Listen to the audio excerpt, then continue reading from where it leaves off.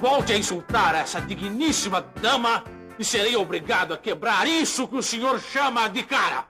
O senhor me bater? Sim.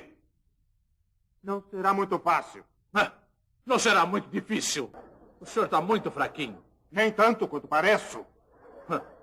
Mente capito. Mente 5. O que é, né? O que quiser. Olha que eu vou, hein? E já vem tarde. Quando quiser. De qualquer maneira, não vai escapar de uma surra, hein?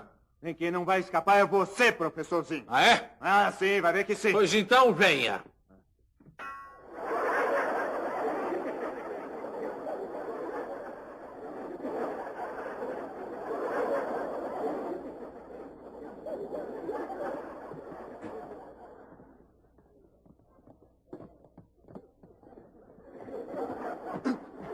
Se prepara. Aí vai.